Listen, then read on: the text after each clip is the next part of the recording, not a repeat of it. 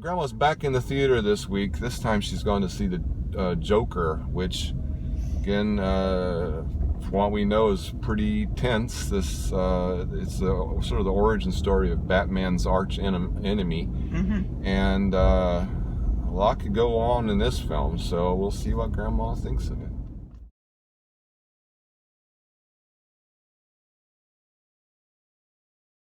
What's so funny? She always tells me to smile and put on a happy face. This week, Grandma's gone to another movie. We're back. Haven't been around, but here we are. This time, we want to make sure we remind you to subscribe to our channel, give it a like that, and comment on our videos if you have a comment, because we like to read your comments and comment on your comments. This week, Grandma went to Joker. Well, there's only one Joker, and that is the Batman arch-villain, which we've seen in other films and, done well by other actors. And this time it's done by Joaquin Phoenix, quite a good actor himself. This is the Joker origin story, set, looks like about in the early 80s from some of the hints they drop. And it shows how he's, starts out. He's like, just a clown doing various, functions in hospitals and on the street and stuff like that. Ends up losing his job. Things get going worse and worse for him. He's living at home looking after his mother. And he sort of, goes down and down further into sort of a dark world, you might say, which doesn't surprise you at all. Eventually turns out making him the villain that he ends up being in all of the Batman comics and movies and such. What do you think, Grandma? I thought it was excellent. The film was excellent, and the acting was really good.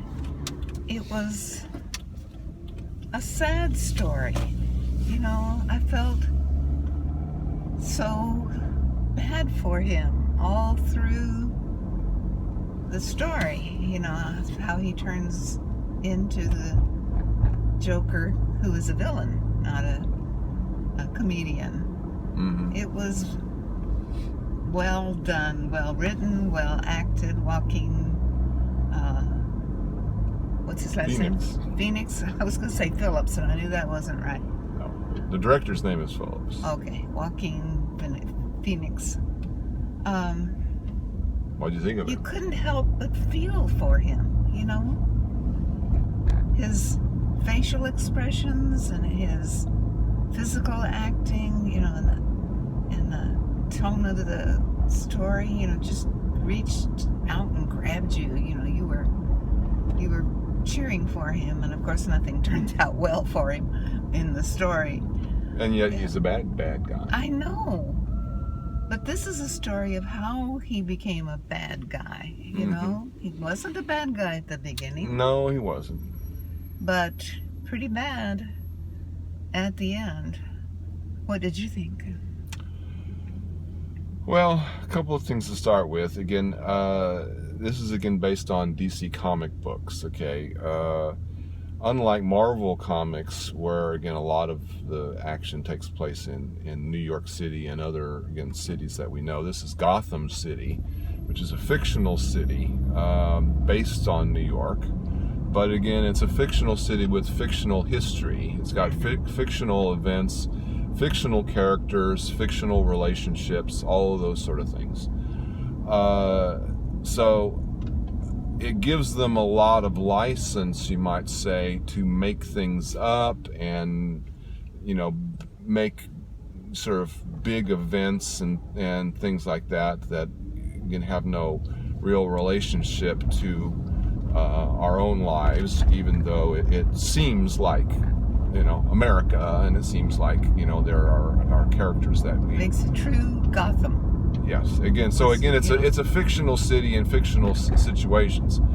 It is very well done. Again, Joaquin Phoenix is very good. It's all very gritty, and the direction is all very well done. The production design and everything, it's all just very well done. Again, the story is very gripping. It gets you, and but it's interesting to see a film that is that basically, in the end, the bad guy wins. You don't see that many films like that where the bad guy wins. The one that I can point towards recently was Avengers: Infinity War, where again at the end of the movie, Thanos kills off half of the people in the universe, and he sits down on his farm at the end and he's won. Okay, well, again, there aren't that many films like that. Now, in this case, he doesn't kill off half of the population in the universe, but he does take some folks out. Well, he does, but again, Yeah. it's a different type of villain. I mean, it's Right. again, he wins, but he's, as you say, again, you start off with sort of, sympathizing with him some, but I have to say that didn't last very long for me. Again, as soon as he started going dark, he lost me, and again, this character lost me in terms of me caring much about him. I mean, the rest of the movie, it was just really gruesome in sort of psychological ways. I mean, it's not that blood. It's a little blood in the movie, but it's not that bloody. It's not that violent.